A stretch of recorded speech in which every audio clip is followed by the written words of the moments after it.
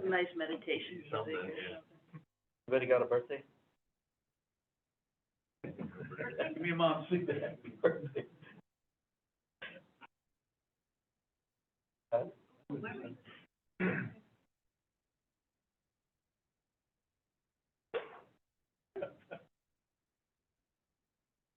Got you beat, What's that? and it's Obama. Wow, look at you and I. Like the president, Bill. Mine is the same day as Kevin online. Hey, good morning, everyone. Welcome to the Butte County Association of Governments regular meeting of May 23rd, 2024. Join me in salute to the flag of our nation. Ready? Salute. Pledge. I pledge allegiance to the flag of the United States of America and to the republic for which it stands, one nation, under God, indivisible, with liberty and justice for all. Please call it. Board Member Conley? Here. Board Member Durkee? Here. Board Member Ritter? Here. Board Member Kimmelshue? Here. Board Member Teeter? Board Member Knuckles? Here. Board Member Reynolds? Board Member Calderon? Here. Board Member Pittman? Here. Board Member Child? Here. Okay, we'll move on to the consent agenda. If any board member would like to pull something from the consent. Audience, so there's no electronic correspondence on any item. Done. Okay. I'll entertain a motion. Move approval. Second. All those in favor say aye. Aye. Any opposed say nay. Passes unanimously. Got through the heart of there. Items for action, approval, number 13, approval of North Valley Passenger Rail Strategy Plan. Chris. Thank you. Good morning. We're requesting this morning BCAG board approval of the final North Valley Passenger Rail Strategic Plan to confirm that the planning process is complete and to allow BCAG staff to move forward, submitting the required closeout forms to Caltrans for the grant. At last month's BCAG board meeting, we went into some detail about the main components of the final strategic plan. So we also received public comment on that revised draft. So in the staff report, we've included responses to the comments that we received and made some adjustments to the final plan where necessary. So a final strategic plan is now available on the project website, northvalleyrail.org. And I guess this sort of brings us to the end of a 3-year planning process that's involved a lot of meetings and document reviews and a lot of coordination with various agencies and groups and community members. There's been obviously extensive coordination with San Joaquin Joint Powers Authority and San Joaquin Commission staff from Union Pacific Railroad, Caltrans. There's a lot of input from Indian County staff within the study area, and also they're just like key agencies and groups as well, like through our project development team. We've shared information on the project, various community events and meetings, conducted virtual workshops and surveys, and it's been a bit of a long process over the 3 years, but I think through all of this coordination and input, it's really shaped the final strategic plan. That's a lot of that input that we've received. And I think, we've garnered quite a bit of support from a diverse group of stakeholders to see the project move forward to the next phase. And also, kind of develop some good momentum as well. So, at this point, we're looking forward to continued coordination with all of these groups and entities during the next phase as we move into that. We have a couple of members of the project team joining us today. We've got, I think, Mr. Daniel Kraus from the consultant team at AECOM, and then Michael Hannabit from San Joaquin Joint Powers Authority. Michael was maybe going to. Yes, thanks, Chris. Just excited to have this at the finish line here for this stage of the project. And certainly, I've enjoyed the working relationship with BCAG staff and consultants on this item. So looking forward to this phase closing out and the next one coming soon. Thank you, Chris. Great, thanks, Michael. Yeah, we've got a great partnership going, like I said, with Michael's agency and, also Union Pacific, just a good working relationship with them. So, we're going to keep that rolling into the sort of the next steps, which will basically be, we're going to be initiating work soon on a preliminary environmental analysis report. And this is going to give us kind of a head start on the environmental work. We're able to develop this with in-house funds, so we don't have to wait to get some funds in hand. And so we're going to get that work going, and then we're hoping to move into the environmental and preliminary engineering phase, hopefully sometime next year. So we plan to keep, obviously BCAG board informed as we move forward to these next steps. We'll be bringing those things to you for your approval, prior to initiating the environmental. And we're requesting BCAG board approval of the final strategic plan to the planning process is complete and BCAG staff can move forward. Final closeout. Happy to answer any questions. Any questions by board members? I have a quick question. It says that Shasta County has no plans to connect to the BCAG trains. Do you think that's going to change in the future, or do you think it'll stay that way? That Shasta actually already has a grant in hand to study that very thing. It's actually extending passenger rail service north from Chico to Reading, and then they're in the process of also taking over Route 3 thruway bus service from Reading to Chico. So I think they're going to be in good shape. Any other questions? I'll entertain a motion to approve. Do approve. Second. Any discussion? All those in favor say aye. Aye. Any opposed? Passes. Next up is 14, approval of agreement with Token Transit for Beeline mobile ticketing. Sarah. Sarah actually is not here. She is home, not feeling well, but she is on the Zoom, so she can answer any questions if I'm gonna take it for her. This is the item that we brought forth, I believe, in March, talking about this idea of mobile ticketing and how we would collect fares, and one of the concerns the board had was don't leave out the cash customers. Our main focuses. So we in talking with this group, we currently have a relationship with Token Transit just now.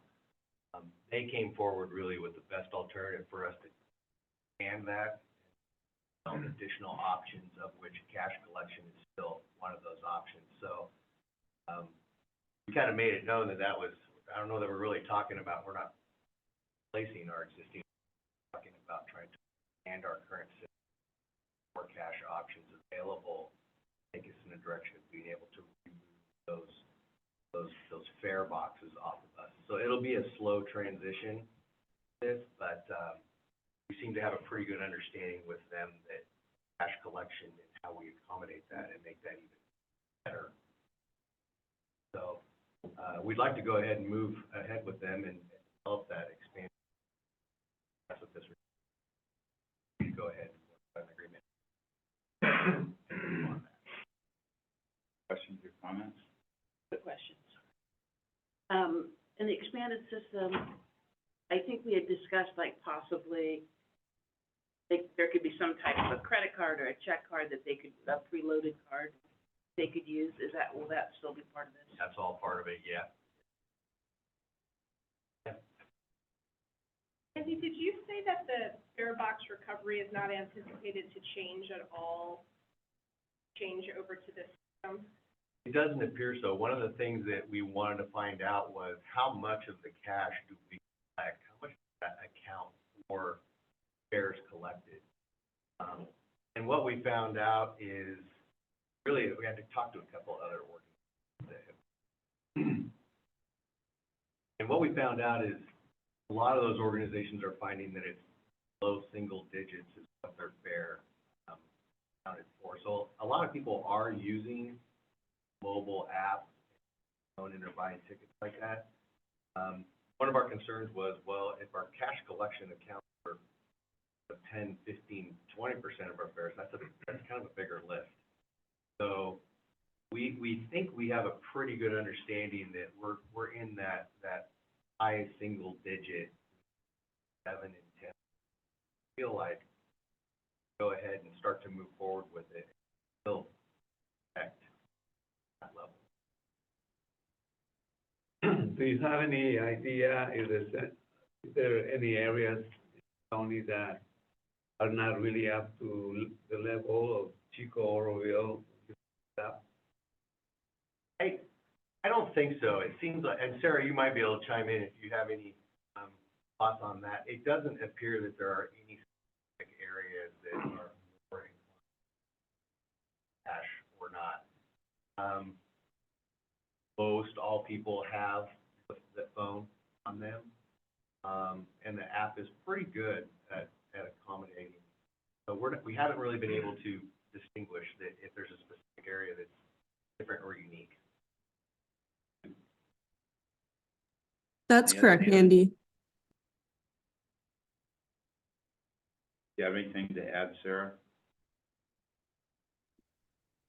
Nothing, nothing to really add. Staff did do a pretty extensive interview process as part of this procurement.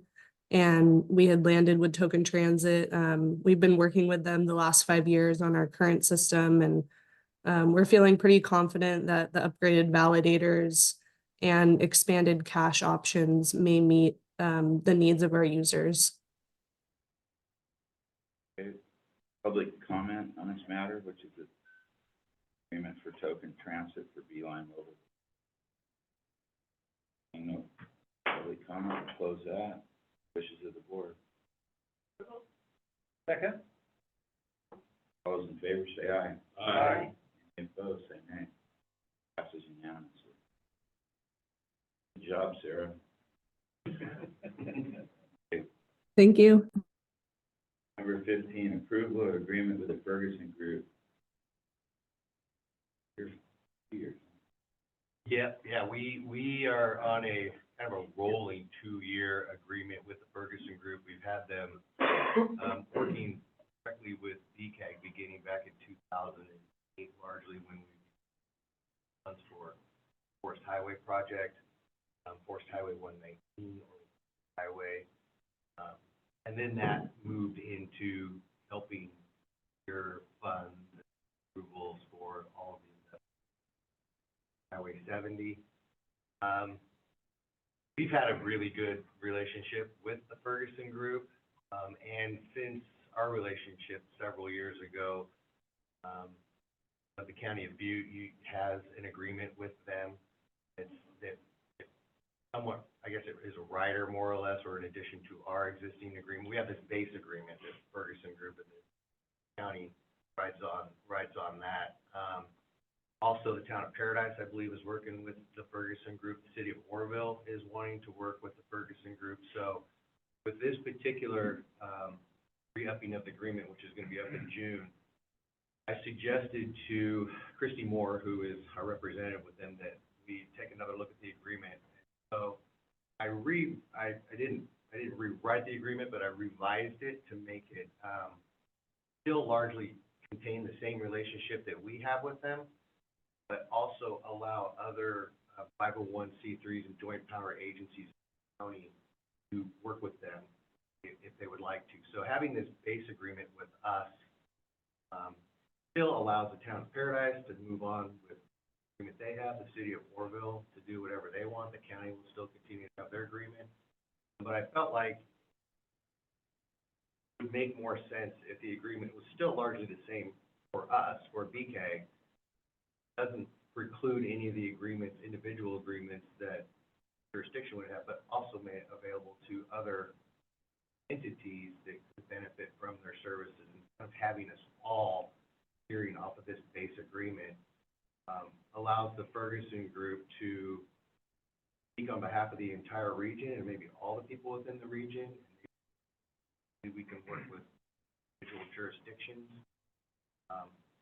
and then also provides them the ability to give discounted rates on specific grant writing for each of the jurisdictions. So the agreement itself largely looks the same as it always has been. Our commitment to it, BCAG, is going to be the same retainer that we've been doing with them for, I think it changed 10 years ago. We've been holding that cost. It's about $3,000 a year. A couple of the projects, at least from the regional standpoint, that also involve other jurisdictions is it looks like there might be some help we can get from them, potentially investing or developing projects like Lincoln Boulevard, which is an important project for both the city of Orville and the county. Other roads in local jurisdictions that also maybe extend outside those local jurisdictions into the county that are seemingly important projects that focus on not only just developing the roadway itself, but also developing sidewalks and facilities for bikes to connect jurisdictions. So it seems like there's more funding becoming available to invest in development of local communities or to move people around. That's kind of the general idea of making things greener, I guess, is what we call that. So there still is a focus on developing roadways and such, but also become an element of investing. So tried to revise the agreement that continues our existing relationship, opens it up to the jurisdictions, and allows us to start developing kind of regional platform also with jurisdictions and start taking the county forward as a group. That's really the effort behind the agreement. So it's a 2-year agreement. This will be back before us again in 2 years. But outside of that, just wanted to bring it to the board. If you had any particular questions or thought we should change anything in it, or if that's okay, I'll forward and finish up the agreement, final draft form, and there will be ongoing into the jurisdictions who don't currently have an agreement with the Ferguson Group and are interested. Certainly, just call me and ask me, and I'll get hooked up with them if that is of interest. I'd like to speak a moment on this. Originally, the county was the main person. BCAG was not involved, but BCAG had needs, big needs. They became involved and then became the primary, especially during the economic downturn. And we've actually garnered millions of dollars. It is, you can say what you want about lobbying, but if you're not there lobbying, some other city or county or jurisdiction is, it does pay off. It does pay off to have a face in DC every year.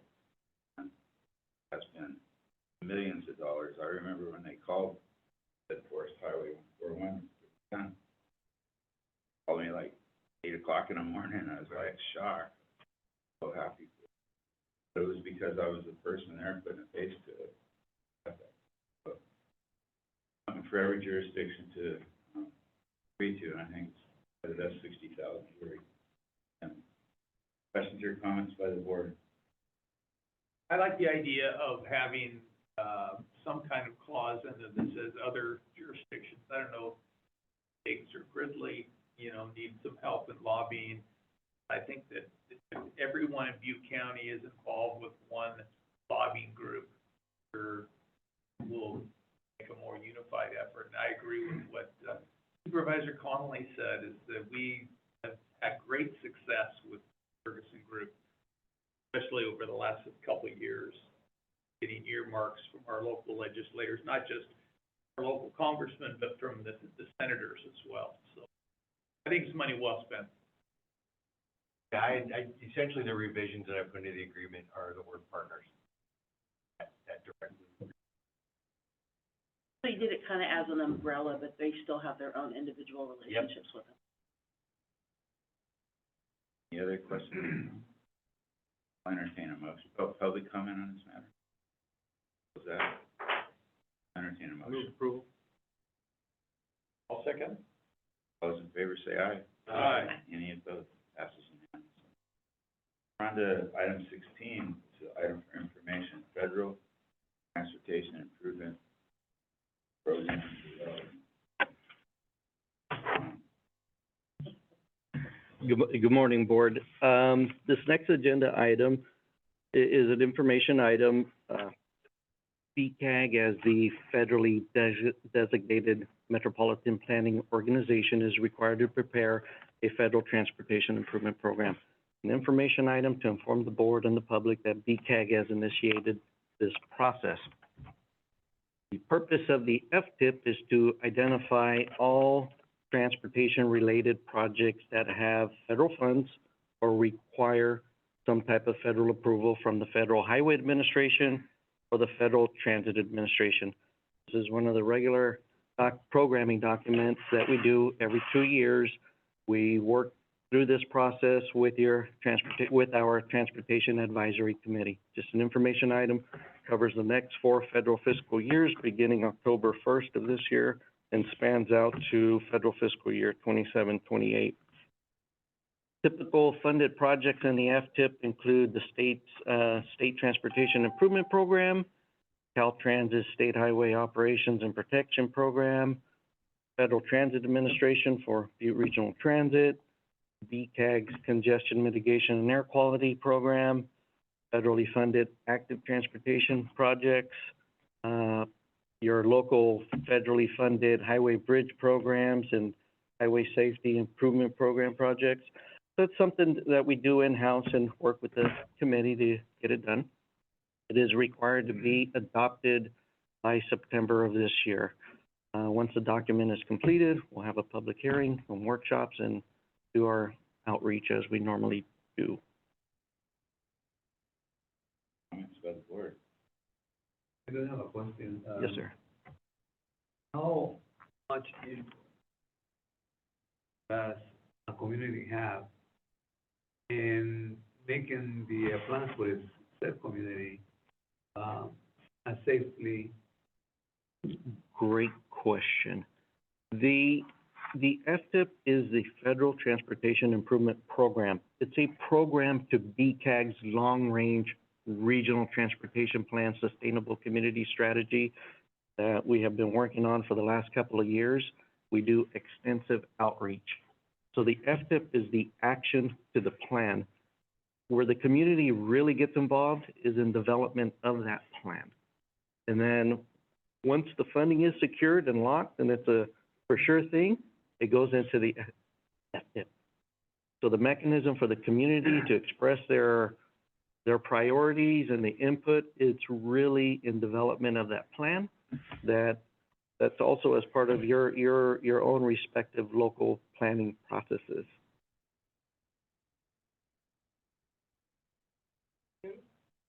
The draft will be completed next month.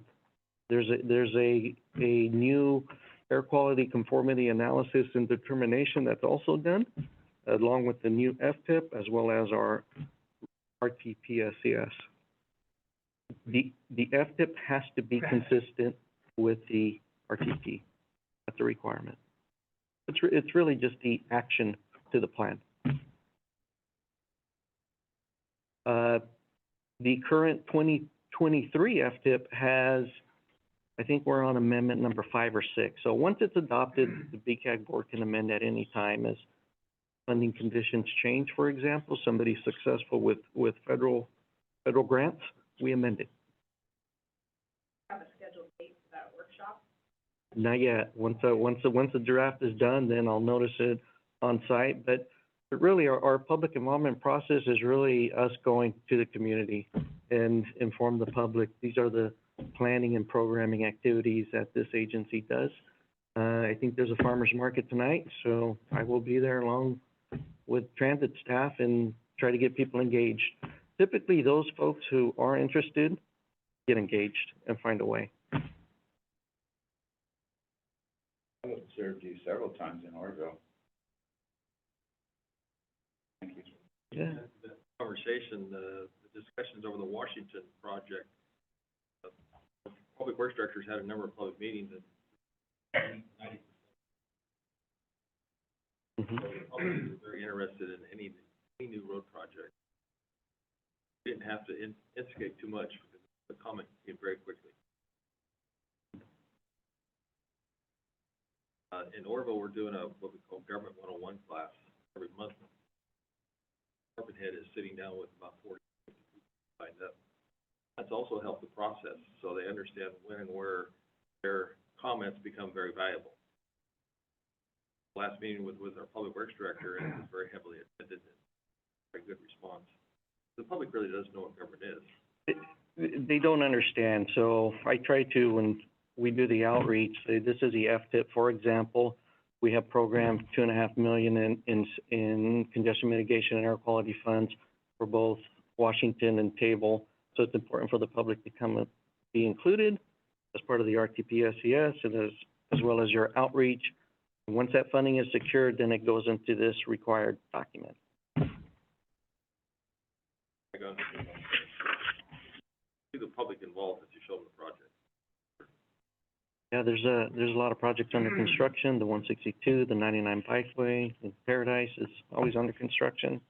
So Gridley should be breaking ground soon. Any other questions or comments? Oh, public comment on this matter? Yes, sir. I don't even have a wallet on me. So. You bet. I will get you a card. Closed. Wishes of the board. Oh, no, we don't have to take action, sorry. Approval of agreement. 17, Butte Regional Transit B-Line, third quarter report, Victoria. Sorry. Board, as you can see from the statistics here, the building is doing quite well. Growth as expected over last year, and expenditures are right in line with what we budgeted for overall for the year. And our passengers per hour is picking up in the route, so ridership is coming back a bit. If you scroll down to the ridership graph.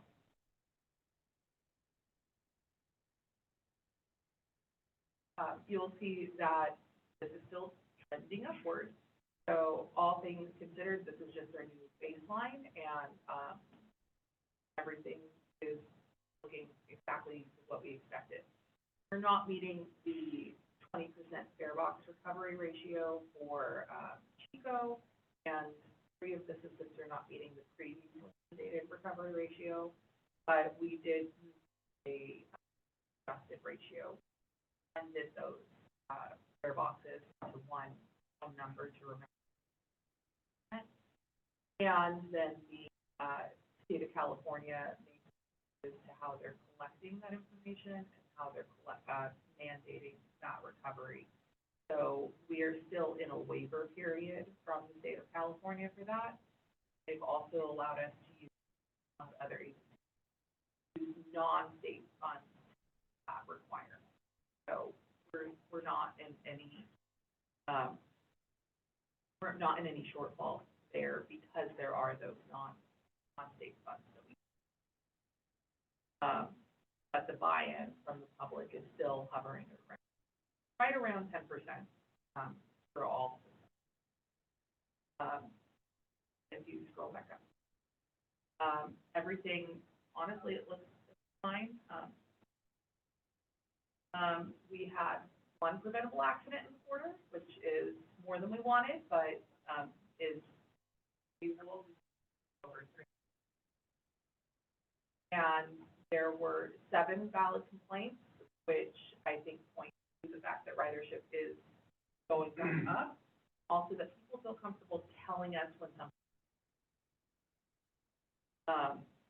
This is presented for information. I'm happy to answer any questions that you have. Questions or comments by board members? Is there public comment on this matter? Public comment on this matter? Information, move on to 18, the 2024 Sustainable Community Strategy. Yes. Thank you. We wanted to give you a kind of a quick update on the development of the 2024 SCS update and let you know that the modeling work associated with this scenario development is still underway, continuing to make adjustments to try to achieve that 7% per capita GHG reduction target assigned to us by FAR. We're currently coming up a little bit short with our best performing scenario, which is scenario number 4. I want to bring up the table on the screen. You can see this. The red numbers at the bottom sort of show the amount of greenhouse gas reduction that scenarios are achieving the last 4 columns. So what we're doing is we're continuing to coordinate with the consultant team at Fear and Peers to come up with solutions to close that gap. We've already identified a few changes that we're going to be working on, and we're hoping to move that needle in the right direction. And we think at this point it's pretty clear that, scenarios 1, 2, and 3 aren't going to be able to get us there. So we're kind of just moving forward with scenario 4, making further adjustments to it to try to get up to that 7%. We're coordinating that work with the directors group and also the Transportation Advisory Committee.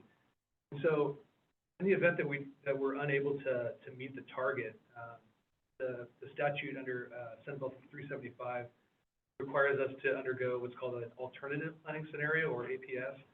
And you can kind of think of it as like a fifth scenario, where we would be trying to figure out how we would hit that 7% target without any financial strict constraint to the transportation projects that are included in the RTP, no requirement for the land use distribution that we do in the scenarios to be reasonably consistent with local land use plans. So we're not there yet. Like I said, we're still kind of working on scenario 4. Just want to give you an update, let you know that we'll be bringing this back to you. We've completed a bit more work on it. If we're able to hit the 7%, or if we're going to be undergoing yes. Stay tuned in future meetings. I think, if we do the APS, it'll add a little bit of extra work and time and cost to toggle scenario 4 to get us there. And a lot of detailed technical modeling work that Brian does, coordinating with the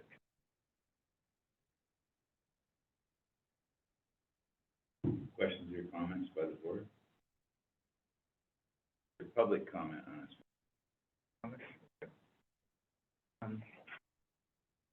Hey, yeah, I would probably be in here, shouldn't I? If I would have known Casey was going to show up, I was eating a panini down the street, just taking my time.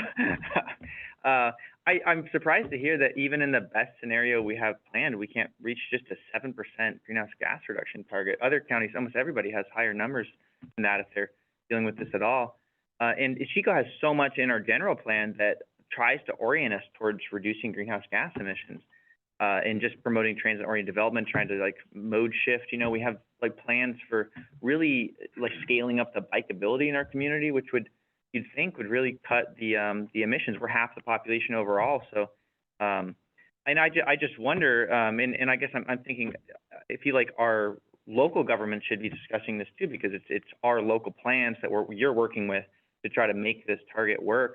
And in Chico, and I think the same is true with Oroville and other communities, we see the benefits to our local community in having that kind of mode shift, in the way it's better for your tax productivity of land to have higher density housing and people being able to walk and bike.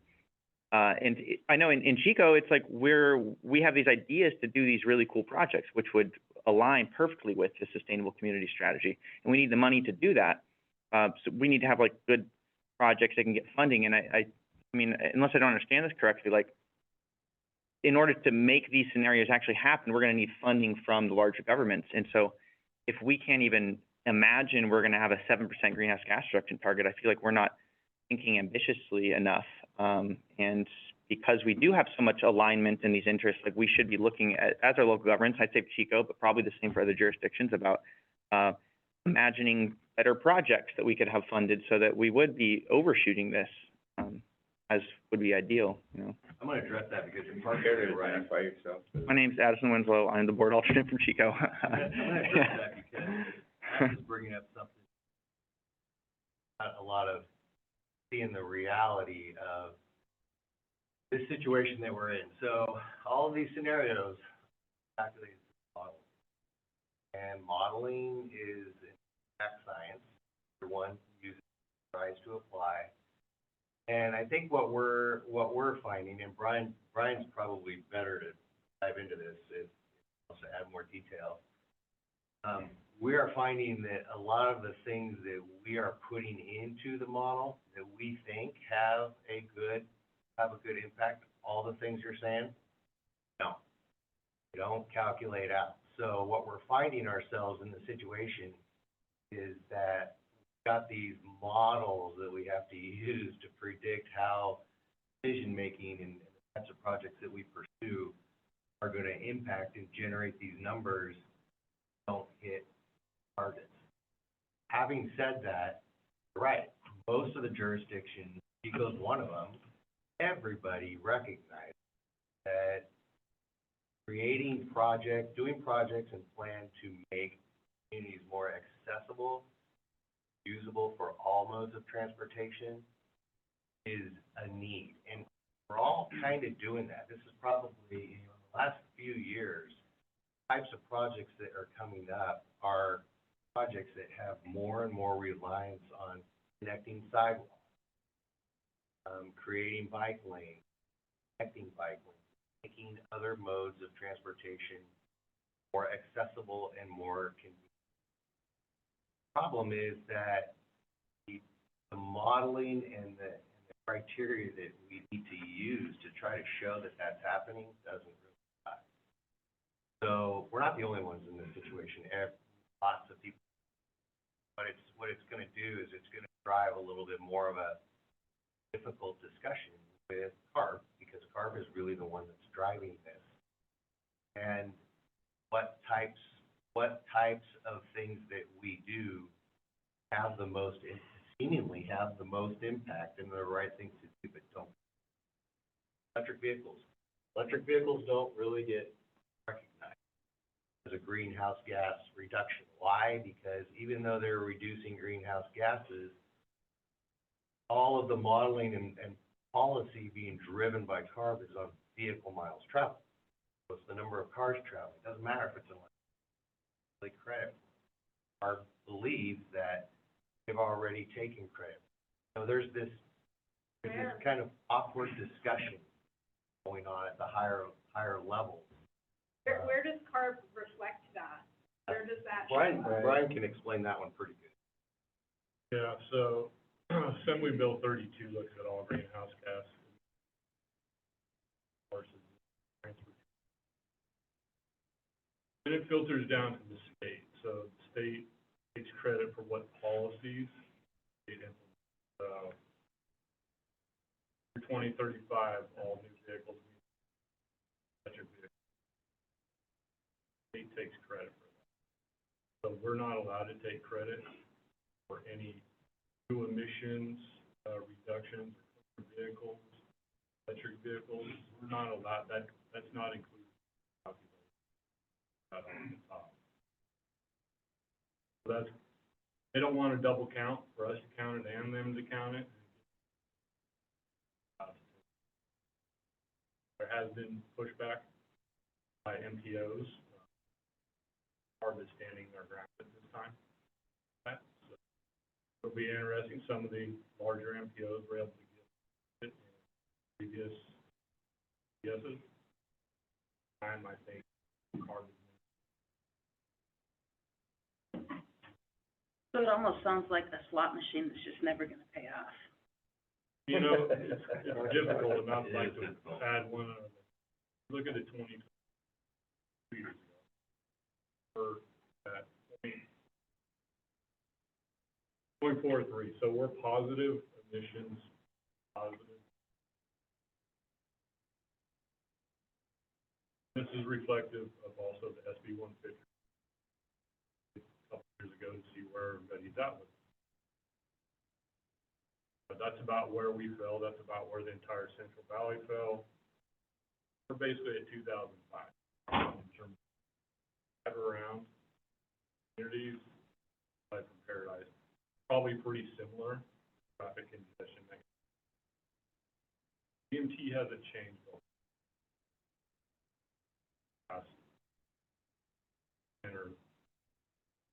It did dip.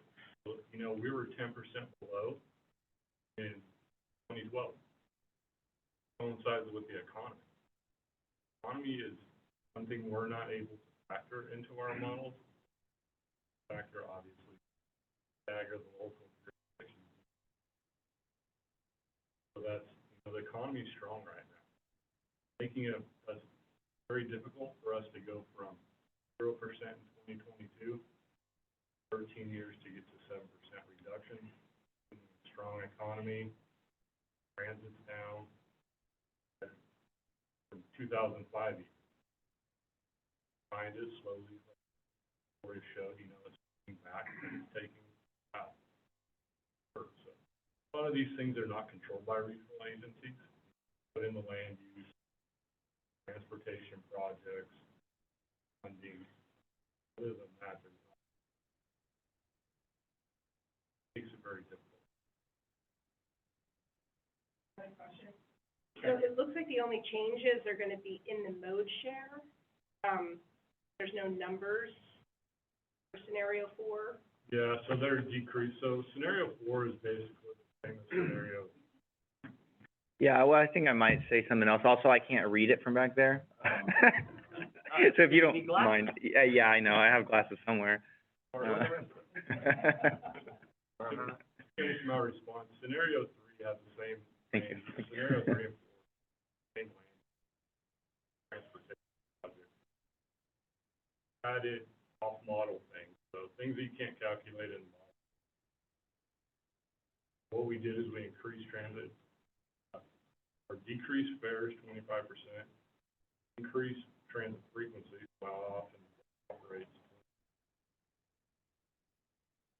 We did telecommute, so we increased that by like 10% present day,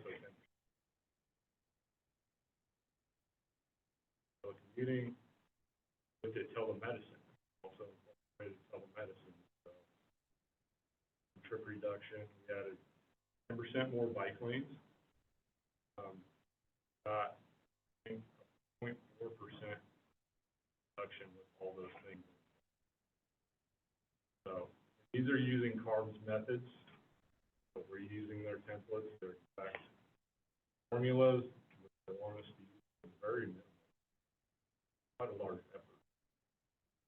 I have a question. Who owns this modeling and who put the data calculations in the modeling? So BCAG owns the model, consultant operates it for us. We provide the data.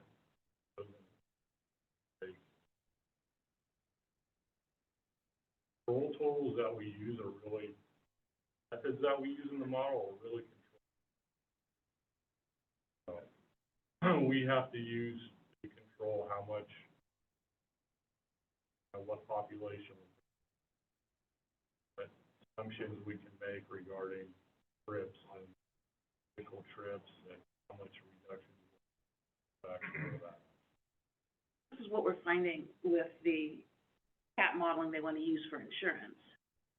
There is going to be a big swing on who owns that model. Like, is the Department of Insurance going to own it, or an insurance company is going to own it? Because that's going to make a difference on how they view the data that's in it and what data put in it. You know, so if your view is, you know, California has a cyclic drought cycle, or are you going to say that, you know, climate change is going to continue to, climate's going to continue to get warmer? I mean, those are two very, and people have both of those views.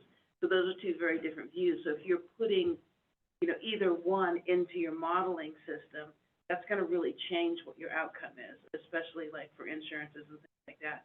So that's sort of, I guess, what I'm trying to get to here is, did they put reliable information in there when they started doing these modelings, or was it slanted for an outcome from the beginning? And I'm not saying that there's any nefarious activity behind it. I'm just asking the question.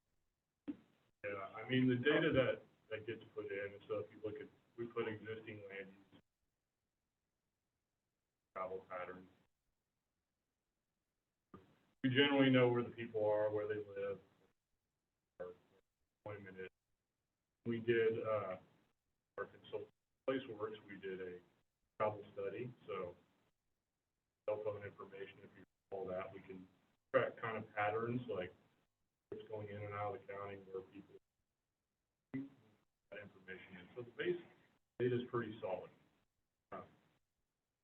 And we put future, where are the future homes, future transportation projects, jobs. We put that in, and it basically uses the same assumptions that are occurring today, kind of expand jobs and housing. It is basically audited, I call it, by CARB. We have to tell them everything we put in the model, show it to them.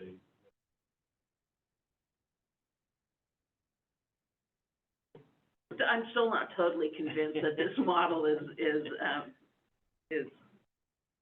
fair and, I guess. It's not fair. Okay, thank you. I'll just say. Yeah, thank you. I was just looking for some Because, honesty you know, there. we all sit here, you know, try this. So it's basically a slot machine that's not gonna pay Kinda, off. yeah, I mean, we make some, we give them commitment data that are things that would be a struggle for us to do, but it'd be big changes for us. Yeah, I'll just add some detail, like, one of our off-model calculations we did using CARB's formula was, like Brian said, we increased, bike projects by 10%, which resulted in 18.1 miles of class 1, 2, and 4 bike lanes. The amount of decrease we got for that is 0.0002%. My God. So, you know, It's their formulas. using their formulas, you're not seeing the effect. And that's what I was making. But again, it's not just us either. This is No. happening to everybody. So it's, you know, there's kind of this pending discussion probably that's gonna happen at a, you know, at a higher level of the state that, yeah, we can come up with something reasonable here that we can work with. What if we got a high? Because otherwise, people just aren't gonna do it. If you're gonna set goals that people can't even Yeah. attain, they're just not gonna do it. It's like, okay, peace out. So, okay. Thank you for your honesty, guys.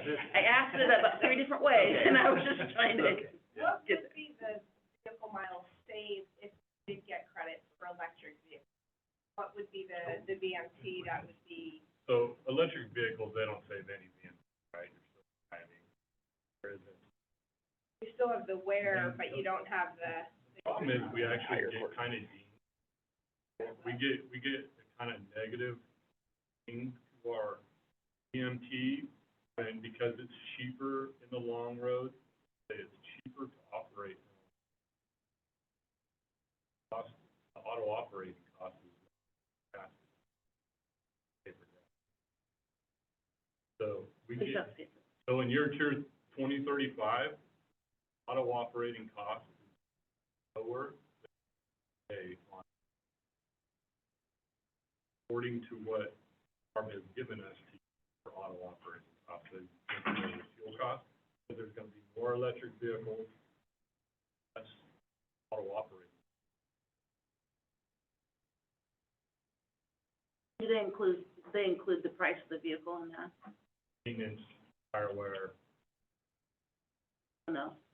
Not capital cost. yeah. But you initially said that Butte County doesn't get credit for the electric vehicles, because CARB claims those for the state. You don't get credit for the emission. Right, and so what I'm asking is, we're looking at this just as vehicle miles traveled, correct? Yeah, but we also, so, I think I showed BM, capital reduction. Fourth line from the bottom. PHGs, so the more efficient cars become.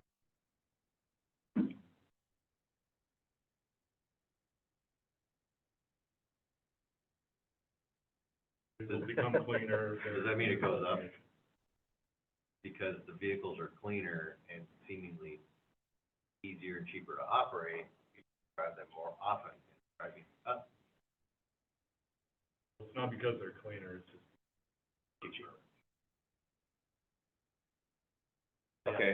So it's not fair. I think we figured it out. It's a utopian ideal. We're in the reality that it can't happen. We're just gonna strive to do the best we can. All right, ready to move on? Yeah. Want to comment again? That's fine. I think you guys ought to do 30% Chico. I agree. We should just put it on Chico and we'll get some big grants to finance some really cool projects. Oh. Our city high-speed rail. Get a .2. Oh, my gosh. Moving on. Okay, members of the public, you may speak on any non-agendized item. You cannot take action today. Any member of the public like to speak? Robert, come up and speak. Identify yourself. I think you know who I am. Robert Miller, is there a microphone here, or? Oh, good. Robert Miller, 2367 West Biggs Gridley Road, Gridley. I've been addressing this for a long time. In my area, oh, right, good phone.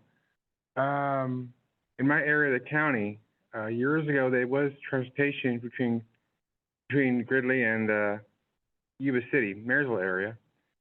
Years ago, and there was a Gibson bus that ran from it was a Trollways bus, ran from Reading to Sacramento every hour on the hour. And now, it's so sad is, you have Beeline in Butte County, and you have Yuba Sutter from Live Oak. I mean, and they're only 5 miles from each other, from Gridley to Live Oak. I'd like to see someday maybe Beeline and Yuba Sutter, maybe they can get together or do something where they can connect their routes together, so the people from, like people from Gridley or Oroville, or they can go to Yuba City, Marysville, like they used to.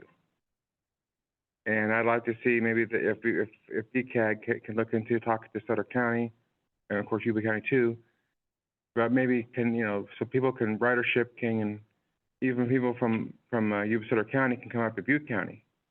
Maybe go to Oroville or Chico, and same thing, I mean, vice versa. Because you got it, it's like a 5-mile gap between the two. It just doesn't make sense.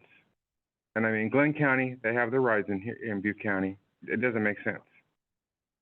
I'm thinking if Glenn County can do it, so can Yuba and Sutter County. Thank you. Any other public comment? Close public comment. This meeting is adjourned. We'll be back here Thursday, May 23rd. I'm sorry that I had that wrong there. That's, June. Yeah. This is an FYI for the board. I just read what you put in front of me. I know. Sorry about that. I think we may I was just not looking at the have a schedule meeting timing in on that July. yesterday, and like, If you we don't have enough for Gridley, June, and then, yeah, that's I'll just let a little everybody gap know there, and how we may easy it not would see be each to other again until August. provide some